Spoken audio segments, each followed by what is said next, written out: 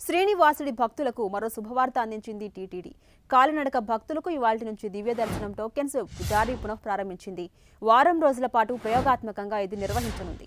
అలిపిరి నడక మార్గంలో రోజుకు 10,000 టోకెన్లు, శ్రీవారి మెట్టు మార్గంలో 5,000 టోకెన్లు కేటాయించింది.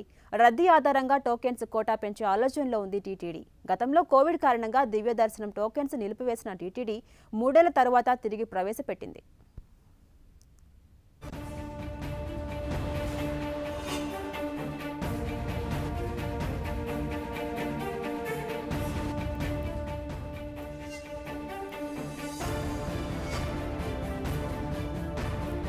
శ్రీనివాసుడి భక్తులకు మరో శుభవార్త అందించింది టీటీడీ.